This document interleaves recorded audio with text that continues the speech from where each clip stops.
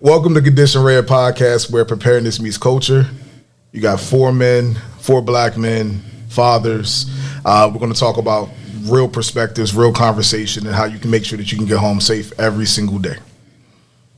Sir, just a quick overview of our the purpose of the pod and a quick mission statement. Right? We want to promote personal empowerment within our communities. Really just normalizing self-defense with something that probably was taboo at one point in time. Encourage responsible and informed gun ownership. Absolutely. And reinforce safety, training, and everyday readiness to our community. Just building prepared citizens in our lives. Absolutely. So who's the pod for? Who do you think the pod's for? Who would you say? So when you get on YouTube and you get on Instagram, and if you are a new gun owner or an experienced one, it's certain things you might be like, hey, let me go look up this topic or let me learn about this. And when you type it in, you get the Navy SEAL, you get the former SWAT officer, you get the guy who swear he is, Tactical Timmy, and you never get everything from like that beginner ground up perspective. And that's what we're here to offer, right? So yeah, there's plenty of podcasts and shows and channels all about that, but we're here to talk to the person who is dropping their kids off at school, going to work, leaving work, picking up their kids, going to the grocery store, the post office, and concerned about getting home, right? We all live here in Baltimore City or Baltimore County in this DMV area, and that's a very realistic thing that all of us think about. So that's what we want to talk to. We want to make sure you know how to get from your car to the Target door and back safely, right? So while we might touch on topics that get a little tactical and, kind of get in the weeds a little bit, we're just here for the everyday person that, just want to make sure you guys remain safe. So that's our goal here. True. Okay, I guess we just start with a quick roundtable and introduce ourselves and who we are, how we even got into this whole thing in the first place. Go first. I'll go first. What's going on, everybody? I'm Courtney. You guys can call me Rob. I got into firearms in about 2018. Started selling for the military and then kind of went private and then kind of just became a gun enthusiast. So then I kind of just in 2024 just started my own business, Black Forge Firearms and Consulting. That's kind of like where we're at right now. And I just love talking guns, talking, about safety. Father myself, so we kind of just want to touch bases on that, getting from point A to point B safe and sound. Absolutely. Round table? I'm ahead of you, Yeah, might as well. What's going on, folks? My name is Keith. I'm an enthusiast, gun enthusiast. I've been shooting since 2016, so almost 10 years now. Yeah, man. I don't have as many accolades as this guy, but I just like to shoot guns. I like the sport of it. I like the fact that it doubles as a self-defense tool. I'm also a new dad at that. Congrats. Thank you. And I'm just trying to carry myself in a way that can protect myself, my family, and get us from A to B safely. There you go, my man. Yes, sir. How y'all doing? I'm Malik. I'm literally just in it for the funsies. I don't have any tactical background. I ain't nobody's police, security guards, none of that. I literally just hobby hop. So, and my current obsession happens to be firearms. Yeah. It's been that way for a good amount of time, probably the longest time I've held on a hobby. Yeah. I've really jumped from mountain biking to RC cars. And You sure you don't got ADHD? I'm pretty sure I do. Yeah, you probably I absolutely do. We bounce around. We pick up something. We put it down. Pick up a new one. But it's rare that a fixation is this constant. Yeah. So I'm like, okay, this might be a thing that I can really hold on to. Yeah. So here we are. 1,000%. And it's a good outlet for the ADHD too. It is. Yeah. You do gotta focus. It is. Oh, and hey, I'm Andre. Quick background on me. I became a privately contracted police officer back in 2016. And so a little bit different from your traditional police. Moved up quickly. I was a narcotics canine officer for a while, and that's where I got my first introductions into firearms. Never shot a gun before, didn't know anything about guns. And contrary to popular belief, police officers can't shoot. So at the time, I thought I was, Billy Badass out here with all these random holes in the target. I passed my qual. No, absolutely not. And then I Started working for a friend of mine. He had his own training company, and I was really good at social media, and so I took over his socials. And being in classes on a regular basis, I kind of realized, oh wow, I think I can actually teach this. And back in what were we in 2022, April of 2022, I took my instructor class, became an instructor, and I have never looked back. So, and that's what I do for a living now. So I train students full time. Yeah. All right. So why do you think this conversation needs to happen between us today? Like, why does this conversation matter? By the way, we're not the only people having this conversation. Shout out to We the People. Yes. Y'all Big up. keep doing what y'all doing.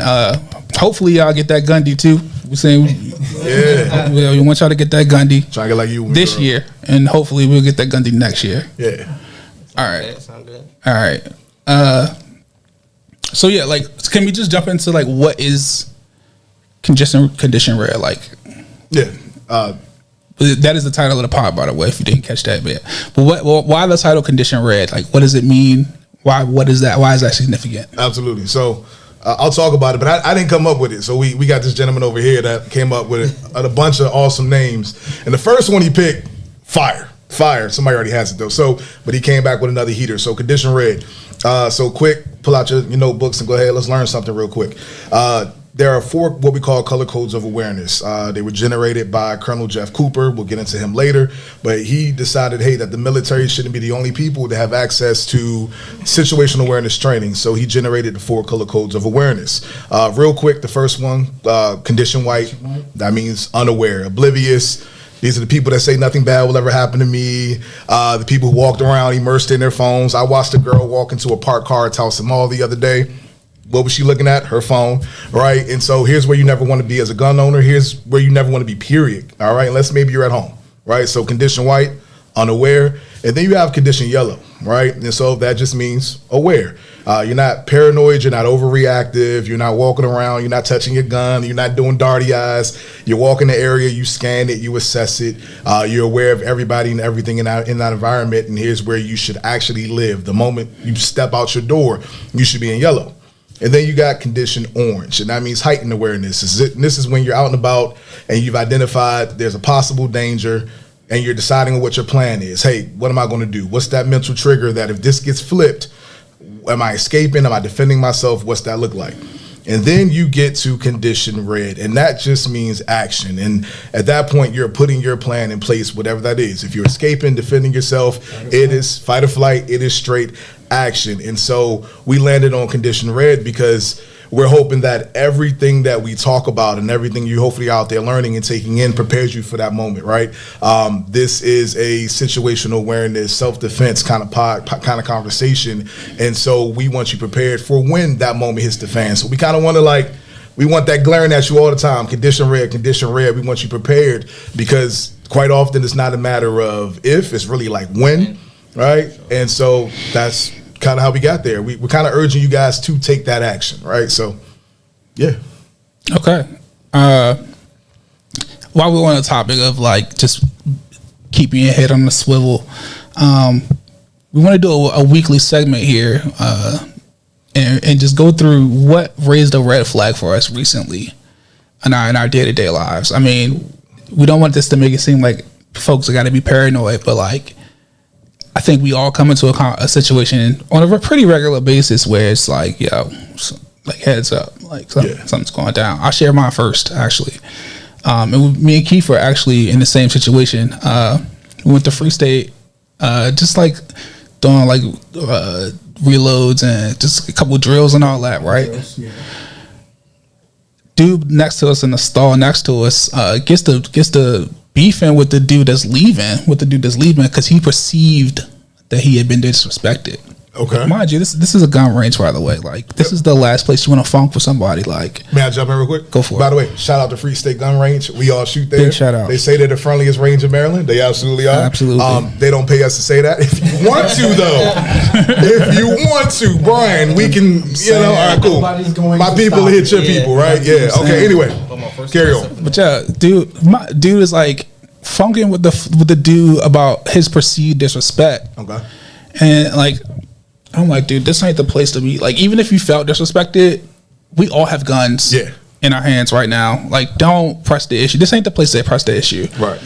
So I gotta add. You saw the start of that. I didn't see the start of it. I caught like when it was going on, so I didn't know who he was arguing with. I just saw his energy and saw that he was getting, a little irate with someone. I thought it was the RSO, range safety officer. I thought it was the RSO. Regardless of who it was, I know he and I were both all right, just giving each other the look like, I know what's about to happen, but are you heads up to take action if something does escalate? And that's kind of where we were with that. Yeah, it goes back to the situational awareness. Just like conditions. Even just having like the little limited information, right? He didn't know what exactly was the issue, and it didn't care. He didn't care. He just knew something was off. Condition orange. He was in yellow. He heard it. Something's wrong. We in orange now. Yeah. All right. Cool. And I'm sure y'all seen this in y'all day-to-day life. Somebody get the funkin' at the bar. Yeah. Yelling at whatever. Just like it's those type of situations. And we was like, heads up, something's going down. Yeah. So I mean, and obviously nothing happened. Like we're safe. Yeah. And, but that was probably one of like the biggest red flags in the last couple of weeks. So I was like, Okay. All right. We all were in the same scenario. You got another one separate, or that was what I was going for. All right. So I guess I'll go with my scenario. My scenario is a little bit different. So I'm kind of like the property manager for City Girl Properties LLC, which is mostly a real estate flipping business. One of the properties was broken into. It had squatters in there. Squatters had broken the locks, took down security cams, changed everything. The property manager came and kind of called me, had my firearm on me. So it's kind of like one of those situations where, you want to be in condition orange, right? But, with squatters, you never know what you're going to get. You're walking into a situation where, they've been there, they know the layout. Luckily, I didn't have to use my firearm. They were already gone, the police were called, and things of that nature. So again, it's kind of like those scenarios where you never know, especially if you own a property or a business. You're transporting money or have someone transport money for you, or you're just out in everyday nature. So it's kind of like one of those where, you can never be too prepared. But luckily, like I said, nothing popped off, and, everything was where it's supposed to be for the most part. Solid. I'm gonna be honest, I don't have one. I was racking my brain like, man, anything happened lately, and I can't. It'd be like that's a blessing. Yeah, I can't think of anything recently. Like I'm nice. Yeah. To not be. I'm sure you've come across some things. Oh yeah, the past, for sure. Just not recently. Yeah. Well, no, that's not true. You just shared one in the chat. Did I? At the hotel? Hold on, I might be blanking. Give me some more details. Weren't you just traveling? Oh yeah, that one. What happened to hotel? Oh my God, I'm blanking myself. Your next door. You were concerned citizen. Whoa, how did I forget that? Thank you for remembering. There we go. All right, so I lied. Cool. So this Thanksgiving break, I was actually in Charlotte. So my significant other, she works in sports, and she had to travel for one of the teams. And so I wasn't gonna let her go Thanksgiving alone. So I traveled with her. And so one morning, we laid up in the bed, in the hotel, and the room's terrible walls. But I mean, I can hear this man like kind of sounding like he's in despair. And he keeps using verbiage like, what am I going to do now? He sounds very distressed. Like, he's like, oh my God, what am I going to do? I don't know. And I'm like, okay. And it didn't stop. And so after a certain point, I'm kind of like, okay, what do I do? Right? I'm not going to knock on the door. I'm not going to engage. Right? But I don't know what his status is. I don't know what he's in despair about. Did he do something wrong? Is he hiding out? Did he lose something? And so I just kind of reached over and was like, all right, I'm going to do something about it. And I grabbed the phone, and my lady was like, why would you? I'm like, listen, my mindset is, you just never know, right? We tend to sit here and talk about things and go, man, that's crazy. That might never happen. But then we turn on the news or we open Instagram or TikTok and we like, yo, that really happened. And so I refuse to be the story of, local or visiting people died in the hotel room because this man lost it and decided to shoot up the whole floor. Like, nah, absolutely not. So I called down to the front office and was like, hey, listen, there's somebody in the room next to me. They sound a little bit distraught. It's kind of concerning. I think you all should send somebody up here. And so she said, cool. Next thing I know, like 5 minutes later, I heard someone knock on the door, say security. Cool. I can literally hear him talking, and the person in the room was like refusing to open the door, and he just like talked to him. He was like, "Listen, man, I'm trying to be here for you. Like, there was reports you kind of, you sound upset. Like, can I help you?"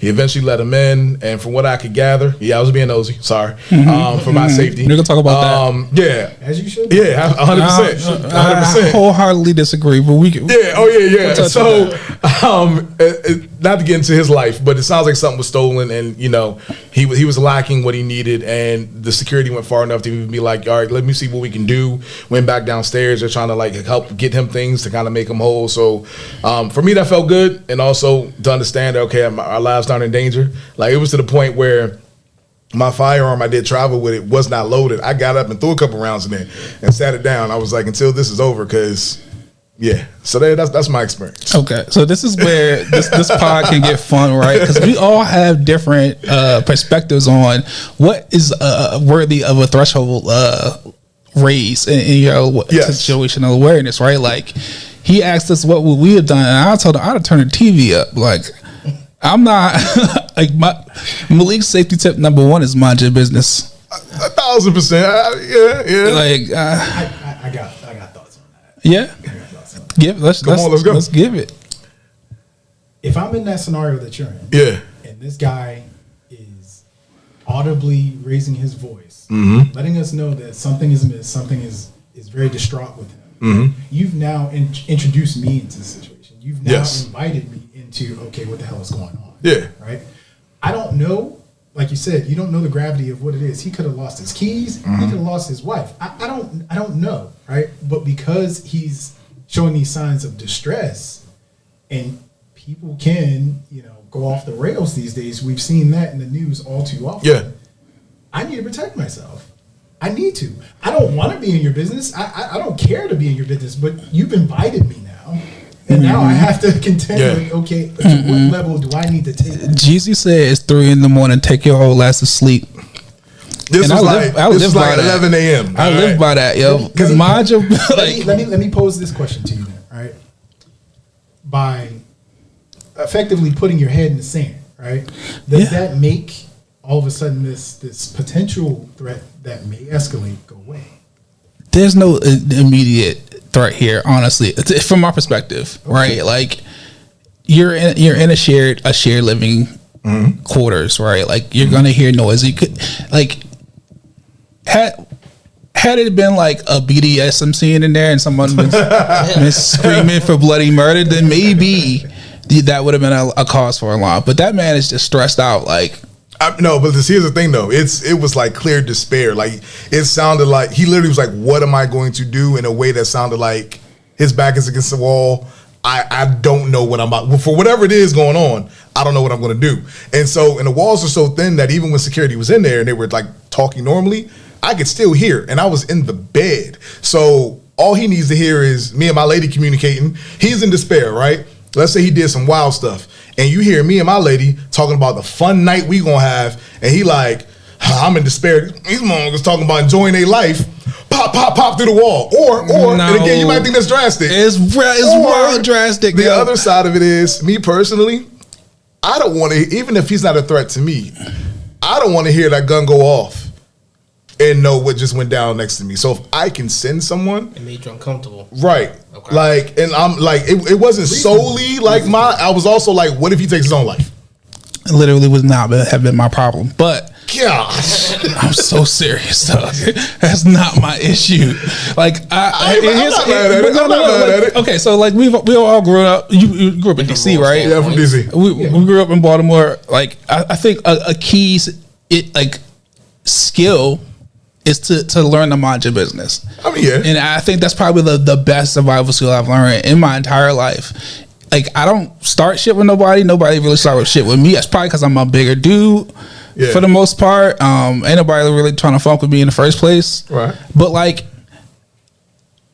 that could change in a heartbeat if I decide to jump up and be the hero, or jump up and get in somebody's business, or in between something. Like, literally, like, minding my business has been the best decision. Listen, constantly. I gotta concur with you to an extent.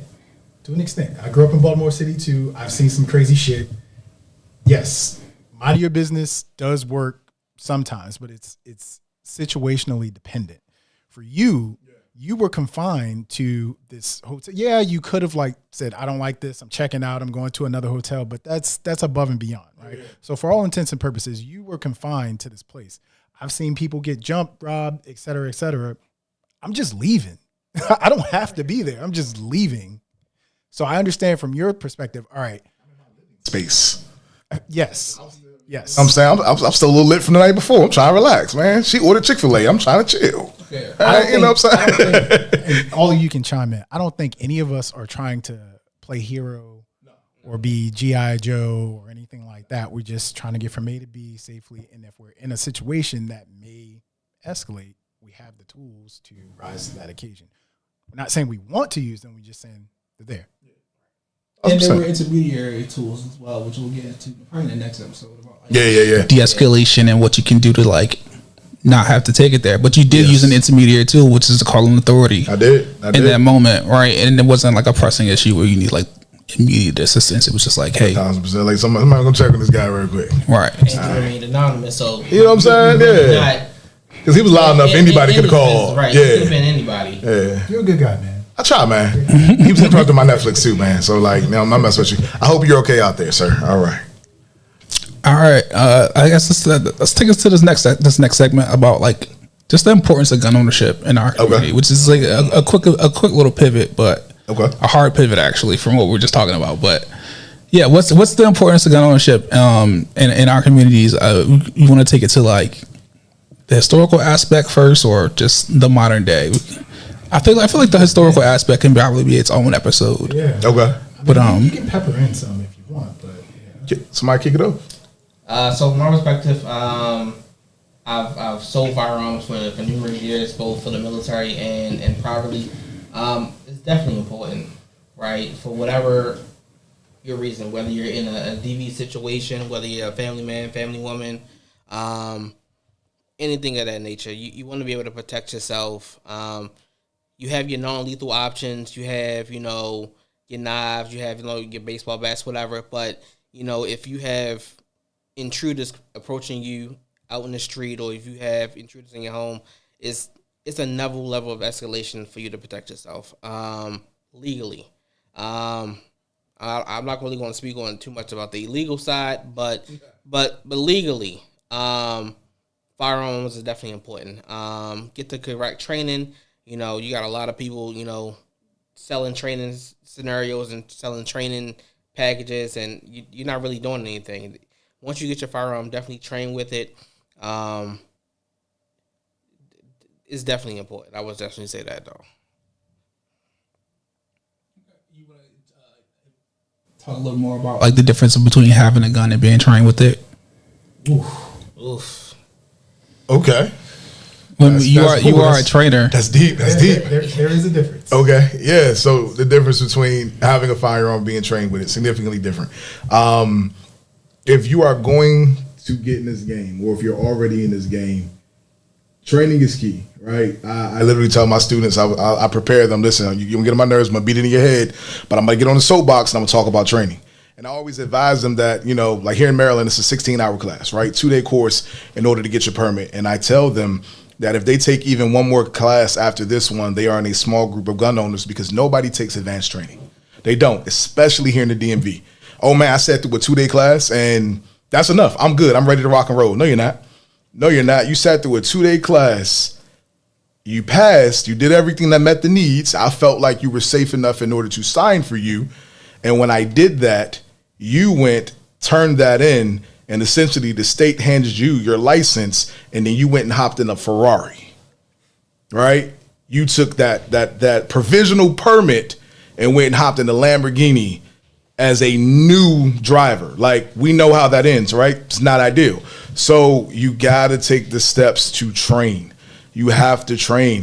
You have to build up that muscle memory. Walking around with a firearm and you have it, that's cool. You're going to forget about it the moment something goes down if you're not used to it being there or you haven't put in that work with it. I heard somebody say your body can't go where your mind has not, right? So you are not going to perform. Like, I watch Patrick Mahomes throw the ball every Sunday. I can't throw the ball like that because I watch Patrick Mahomes do it.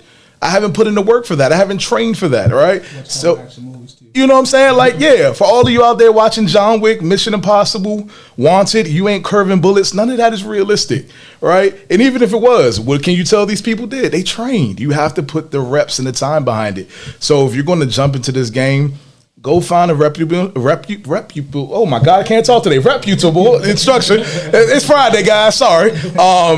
Check their background. Make sure they know what they're talking about. Look at some reviews and get your butt in the class. I always tell my students, hey, look, if you hated it here, cool, that's fine. Get your permit, go find another instructor you like, and go train, right? Think about it. Imagine, somebody runs down on you and it's a threat and, it takes you a second. Think about the time it takes to process that something's going down. Your threat already knows that, here's the analogy. We all like football? No, Ish. but we know football though, right? Yeah, cool. Stick with me, viewers. Hardest position to play in football. Outside of quarterback. That's where I was going. Outside of quarterback. Wide receiver. Nope. I wouldn't know. Corner.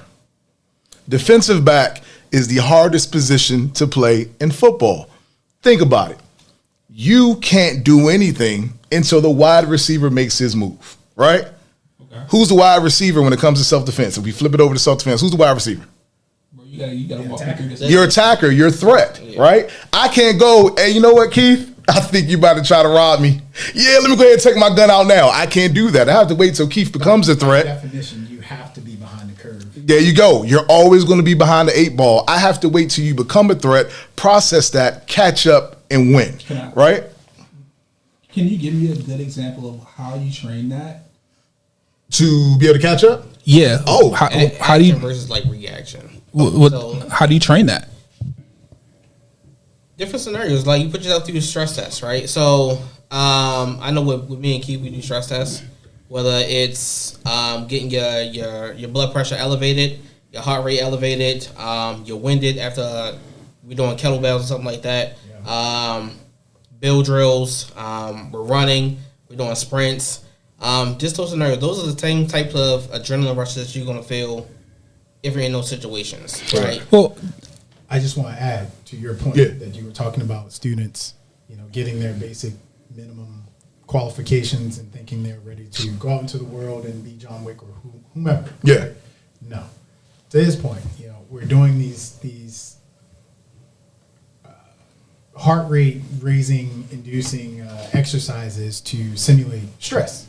Because what you don't realize is when you get into a situation that feels like, oh shit, this is life or death, your heart rate is going to explode. Yeah. And your fine motor skills are going to diminish. So if you have not trained, pulling a gun out, prepping the trigger, getting to that wall, breaking the wall, all these other little mechanics that go into firing quickly and accurately, you're setting yourself up for failure. You just die. And I know a lot of you just watched that and you were like, yo, what the heck are they talking about? Okay, cool. I got you, right? Because while we should do all of that, let's be realistic. The mom of 4, she ain't doing that. And I don't mean the bad saying that you can't. I want you to. But you probably don't have the time to go run, do sprints, do all these things. So you know what you do when you find that time when you get home from work or you put the kids to bed, you take your firearm and you dry fire. All right, just what it sounds like, empty gun. Make sure the firearm is completely clear. Something we'll teach you at some point. We got you, right? Make sure the firearm's completely clear. Put that ammo in a different room so you don't make a mistake. And I want you to put your gun on in your holster. And I want you to stand there and literally just practice drawing from concealment and take your time, right? So, first practice what we call defeating the garment, getting your shirt up or whatever out the way. So it's not in the way. Then practice getting that grip. And then practice getting it out, bringing it up to eye level, and just keep getting the reps in. That's how you do it. Right, if you can't get to all the classes out there, all the advanced defensive shooting classes, if you can't go find an outdoor range to run a gun and shoot, you can dry fire in the home. That's free 99. Free, because ammo is expensive, baby. And get those reps in because your goal is muscle memory. You do not want to have to be thinking about what to do. Like, you want to be able to just process, this is a threat. This is the level of force that I need for that threat. And your body should just do the rest. Right? But you're not going to get those unless you practice. So. Fair enough. I think I was, I struggle with finding great trainings for or substitute trainings for scenarios like you said, like that, where you're immediately at a disadvantage. I mean, I've been out with y'all training and like doing to get up kettlebells and and stuff like that to get our heart rates up. But I'm anyway, so like a couple of them, and I'm huffing and puffing regardless. And I mean, I'm still hitting targets. I mean, we're still shooting, but like I'm not taking that. That's not like a cognitive exercise on top of the. Yeah. That's like a muscle memory and motor skills exercise. Yeah. What you were talking about was like a situational difference where you're in a situation and you have to make a quick decision. Yeah, yeah. Okay. How do you drill that?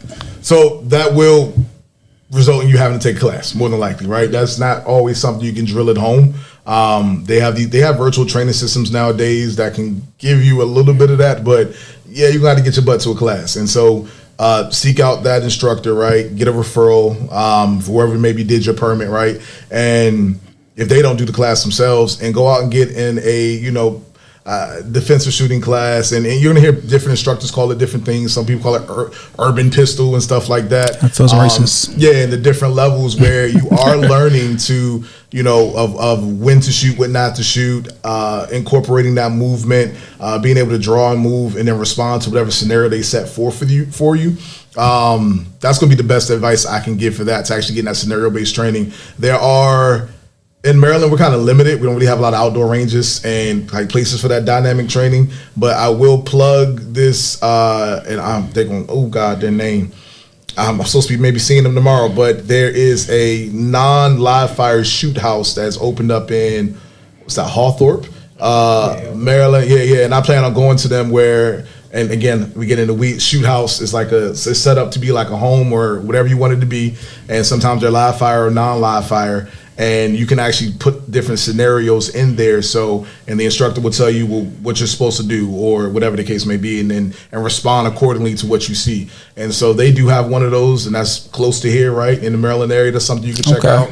I will put their proper name somewhere in this video, right?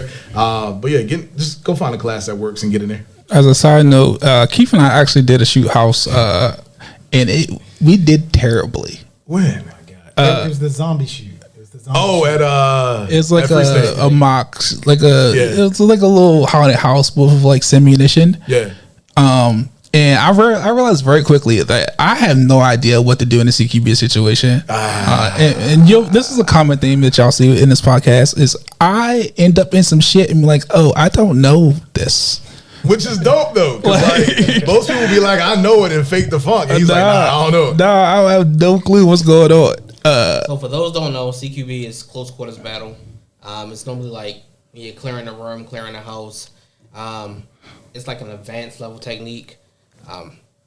Would not advise it for like you just getting your firearms, right? No. So for like your house is like your castle, right? So if you know your house, intruders don't know your house, right? So the best thing about that is staying down, staying in a hunker position, where you can defend yourself. Yeah, you don't have to clear your rooms, especially if, you're not living alone, you have children, your partner's there. Just find a safe haven and kind of just, work out from there. But then as you start to get those mechanics and get those skills in, CQB is definitely a good training about how you can better defend your position in your own home. You know what? I will say it is I'll stress the importance of community on top of gun ownership. Oh, yeah. For just side note, we all frat here. So we had a built-in network. I saw Courtney and Keith running the gun, and I was like, I'll be damned if I was running the gun without me. Right. So like in those situations where like you may need help figuring out like how do you take the next step. Yeah. Reach out to your community. If you got somebody who's close to you and owns a gun, and then can point you to an instructor. Yeah. Go ahead and ask. Like you word of mouth is probably your best bet. Your community is probably your best bet. Talk to the people around you, around like gun ownership. Actually, like even people like my mom. My mom has always joked that she's had like a 38 special with a pearl handle. I've never seen it. Like a bar. Never. I've never seen it. Tucked under the mattress, boy. Just got God knows if it even exists. Okay. Right. But I've encouraged her like look, you want to classes is like it's like a gift. Yeah. Like I'll take. She's like she wants to do it in the spring. She doesn't want to do it in the cold. She's real prissy like that. She wants to get a permit.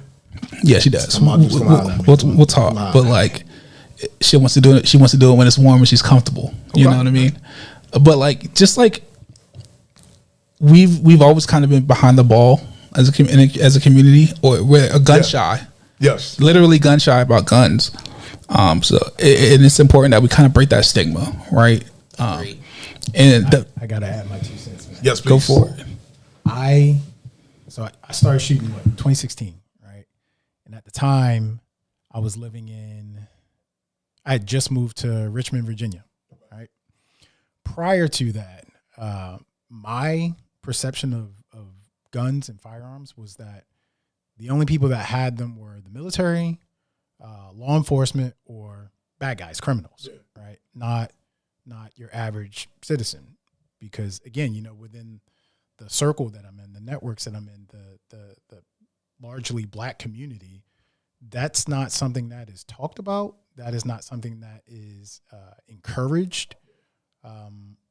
So yeah, that kind of shaped my perception. So when I got down there to Richmond, some of my coworkers, since I'm from Maryland, they know I don't really have any friends or network down there. They invited me to the range. So I went and, I'm looking at the gun case. I'm like, oh, these are some nice guns. And they were like, yeah, you you can buy that, right? And it's like, no, I can't. No, I can't. So as a test, this is my first ever gun, right? I bought a Smith & Wesson SD 9VE. It's like $300 or $400 at the time. But literally all I needed was a clean background check, which I had, and government issued Virginia ID, and I got it. That was it. And I was off from there, off to the races. Honestly, you're not the only one that may have had that experience, especially if you grew up in Maryland, or DMV, really. Well, the D and the M.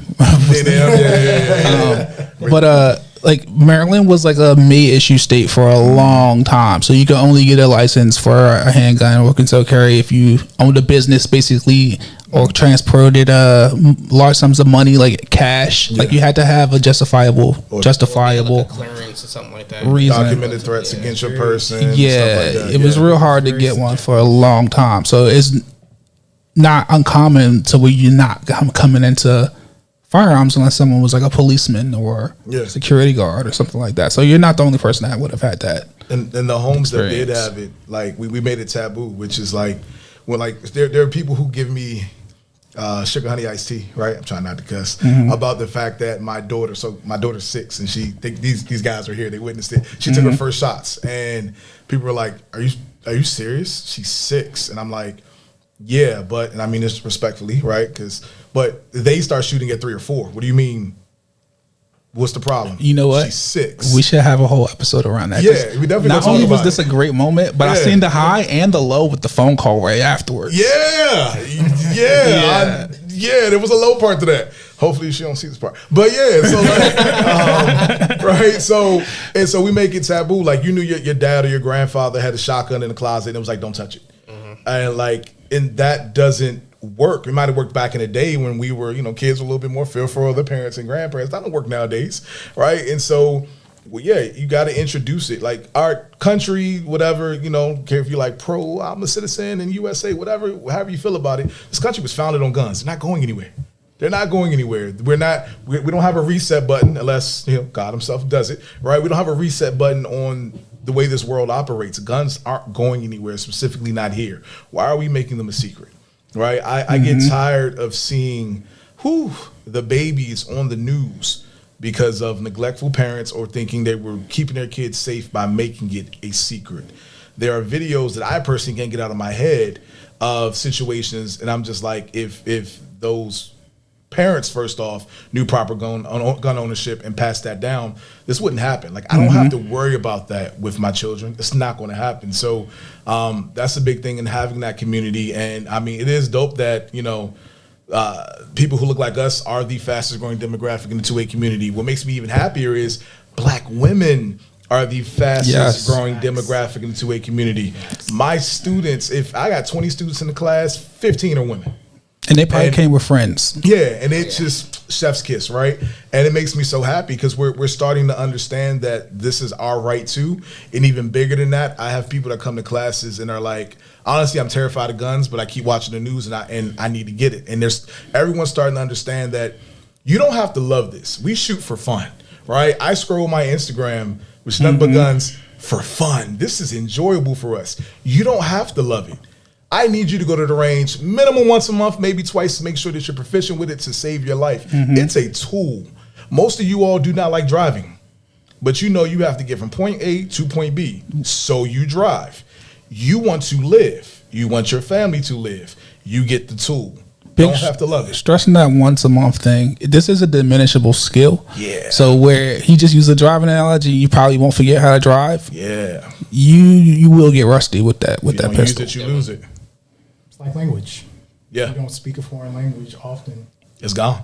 Yeah, forget about it. Yeah. Yeah, man. So And just to piggyback off of Dre, like I've also taken my daughter shooting, and it's also one of those things where in my own home, it's like, why did you take her? She's not mature enough. But when you take them and you kind of take away that curiosity from them, like, you know, basically they know you have it, but once they're able to use it and understand it, it's like, I'm no longer interested, basically. Now she's asked me to take me back to the range as well, but you know, she needs to get those grades up first. But that's another thing. But like just those stigmas. So like, you know, why are you teaching, you know, your children how to use firearms? Because we want them to be safe around them. If I have it on me, or if I have it, you know, in my home, I don't need them touching what they don't need to be touching, right? But again, like, she knows I have them. She knows that those are hot items to not to touch. But again, we want to kind of erase or mitigate some of those stigmas that we have in our community. yeah, I teach my kids, not even solely for my home, that, you know, it's 2025. My kids aren't going to other people's houses that much nowadays because things get weird, whether they're family or not, right? But when they do, I don't need the kid going, oh my God, look at my dad's gun, isn't it cool? And it goes off and kills my daughter. I need my daughter to go, that's not safe. Clear it, Dad, there's a gun here, right? I need her to know how to operate it. So it's yeah, man, it's, as he said, it's a healthy curiosity at this point. Like, she wants to go shoot, and it's not taking away her innocence. Like, we still play with water guns, Nerf guns. She knows the difference. But she can also tell you all the firearm safety rules. She can tell you where Daddy is supposed to sit when we go out. My daughter can tell you what a transitional space means, and then go do her she does do ABC. She's 6 now. She's smarter than that. But you get where I'm going with this, right? So Maybe she can teach me. yeah, you know what I'm saying? Yeah, you know, so like, yeah, man, make it a conversation. We're gonna make that an episode. Yeah, we'll make that a whole episode of having that I conversation. want to add one piece to all of this, right? Because that just now made me think about, I forget the people's names and where this occurred, but there was a story in the news about a young black kid who his classmate brought a gun to school and he disassembled the gun. And that is unfortunate that the situation turned out the way it did, but just purely from the standpoint of this young child had the knowledge and know-how that, okay, this is dangerous. I need to take this from my classmate so that I am safe and he is safe, and I'm going to take it a step further and disassemble it. I can't be mad at that part. I can't be mad. Whoever trained that young man on how to clear a gun, like that. Here's the thing: I'm not sure if the reporting is just weird, because I do not think he like field stripped that gun. I think he made it like clear. He probably just cleared them. They said itself, disassembled. It's impressive. But It's impressive. he did what he needed to do in the moment. We gonna get we going to the range like, man. I'd rather that than, you know, another school shooting. Yeah. Yeah. So I'll take suspension, expulsion over a student versus. Yeah, definitely. I mean, he shouldn't have been suspended, but we'll take it. Yeah. Cool. Shoot, guys. Well, I think this was a solid intro, right? Yeah. Intro. Definitely. We got to do the YouTube formalities. Like, subscribe, share, all of that. Again, you know, feel free to leave some comments about, you know, different topics you might want us to touch, or you know, if you are like we do for other folks, you got some tips for us as guys, we're starting off this journey, right? Feel free to drop them and let us know and reach out. If you're any brands that, okay, no, we'll wait on that. But yeah, guys, I think this is a dope intro to who we are and what our goal is. And I think we're going to have some fun with this. Hopefully you guys stick around to see it. Yeah. Condition red. Yeah.